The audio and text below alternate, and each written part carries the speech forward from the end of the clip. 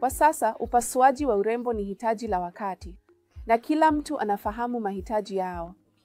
Upasuaji unaofanywa kwa taratibu za urembo, matokeo yake ni ya kudumu kwa kiwango fulani.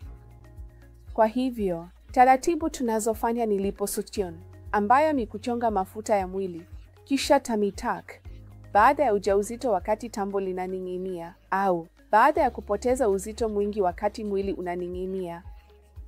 Kwa hivyo tunatengeneza tumbo, tunarejesha kitovu cha kawaida, tunatoa umbo la tumbo ambalo ni tumbo la scaphoid, na ndio tunafanya abdominoplasty.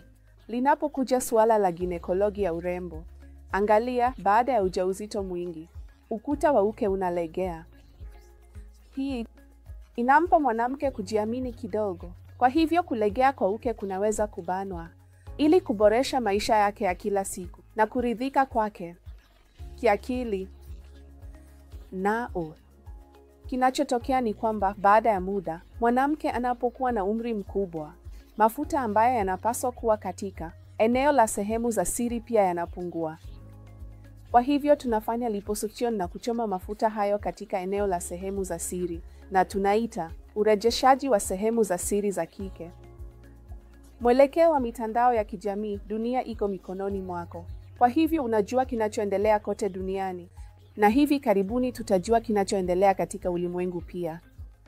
Kwa hivyo hii ufahamu binafsi wa uzuri, afya ni maarufu.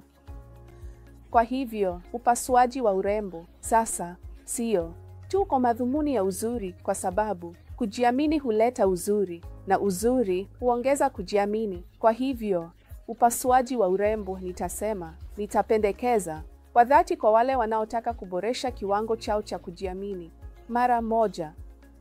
Bila shaka, kujiamini kunatoka pia akilini. Upasuaji wa urembo unatoa kujiamini mara moja. Asante sana.